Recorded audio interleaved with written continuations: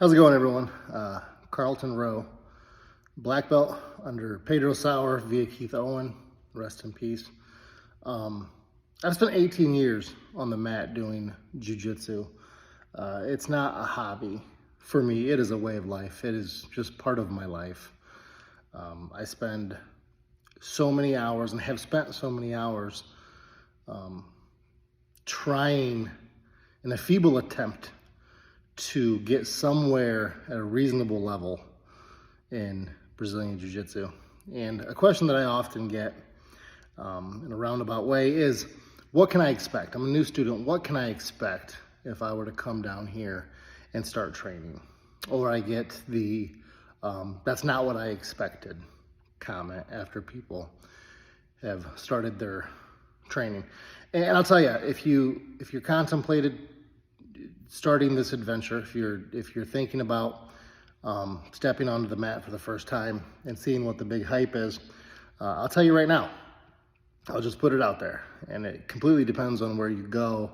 If you go to some very competitive gyms, if you go to gyms that they've been waiting for new people, that way they can test their skills, you can have a bad experience.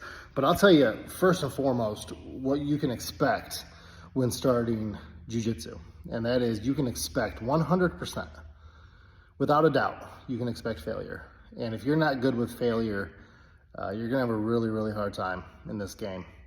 I have failed consistently for 18 years, and it makes me love it. It makes me love it more. So if you are a perfectionist, if you are somebody that you don't like to do things that you're not good at, if you're at a cookout and somebody wants to play horseshoes and you're like, I'm not very good at horseshoes, or they want to play cornhole and you're like, I'm not very good at cornhole, I'm not going to do it, then you probably shouldn't waste your money doing jiu-jitsu. There's a saying in jiu-jitsu, and that is that jiu-jitsu is for everyone. The caveat to that is that not everyone is for jiu-jitsu. And if you're somebody that cannot handle losing day in and day out, you're going to have a real hard time. So expect that up front, first and foremost. Even if you go to a very, very nice and welcoming dojo for the first time, you're gonna hurt. Everything hurts. It is so unconventionally different than how we move that you're gonna hurt. You're gonna be sore. You're gonna feel like people are being malicious to you.